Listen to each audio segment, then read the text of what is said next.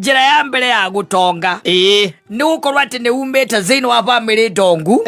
Njira ya keri ukahikania kundu kwa itonga eni ugietha mundu wa kuhikia. Yes. The third one is getting extremely lucky. No nyita kiwa extremely.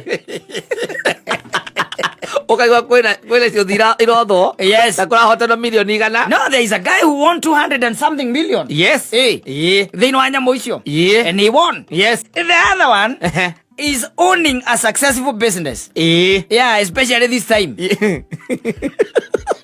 Which country now? The last one. Yes. But not the least. Yeah, is joining ritualists. Witchcraft. Opening a church. And becoming a prophet.